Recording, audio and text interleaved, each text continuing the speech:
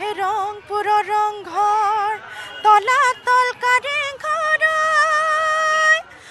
স্বৰ্গদেৱ ঈশ্বৰৰ চৰা স্বৰ্গদেৱ ঈশ্বৰৰ চৰা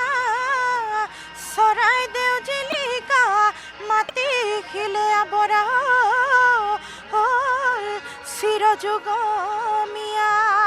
2023 পৰা মই অনুষ্ঠান কৰিছোঁ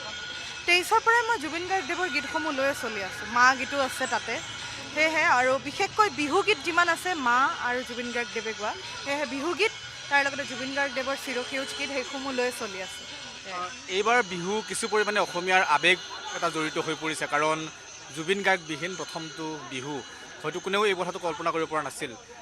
এই সন্দৰ্ভত এইবাৰ যি ধৰণৰ উদাস এটা দেখিবলৈ পোৱা গৈছে বজাৰত দেখিছোঁ প্ৰত্যেকটো পৰিৱেশত আমি জুবিন গাৰ্গক সকলোৱে এবাৰ অনুসৰণ কৰা দেখিবলৈ পাইছোঁ এই গোটেই সম্পৰ্কত জানিব চেষ্টা কৰিছোঁ আপোনাৰ আচলতে আমাৰ বাবে এইটো এনেকুৱা এটা ক্ষতি যোনটো কোনেও পূৰাব নোৱাৰে জুবিন গাৰ্গদেৱৰ তেখেতক হেৰুৱাটো ভাবিব নোৱাৰা এটা কথা অনুষ্ঠানসমূহ বিহু বুলি ক'লে আমি তেখেতৰ অনুষ্ঠানক লৈ সদায় ৰখি থাকোঁ প্ৰত্যেকখন মঞ্চতে লাখ লাখ কোটি কোটি দৰ্শক আহে তেখেতৰ অনুষ্ঠান চাবলৈ আৰু সেনেকুৱা নিশ্চয়কৈ খুব কম সংখ্যক আৰ্টিষ্টৰ বাবে আছে ক'ব গ'লে নায়ে সেই বস্তুটো বিশেষকৈ এবাৰ নাথাকিব আৰু জুবিন গাৰ্গদেৱক লৈয়ে আচলতে প্ৰত্যেকখন মঞ্চত গৈছোঁ সেয়েহে এইবাৰো ব্যতিক্ৰম বুলি সেনেকৈ কোনো নাই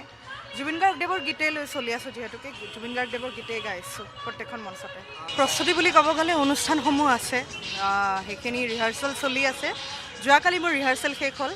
সৰু সৰুকৈ অনুষ্ঠানসমূহ আৰম্ভ হৈছে আজিৰ পৰা আৰম্ভ হোৱা নাই মোৰ কালিৰ পৰা হ'ব এতিয়ালৈকে কিমানখন বিহুৰ লগত আপোনালোকৰ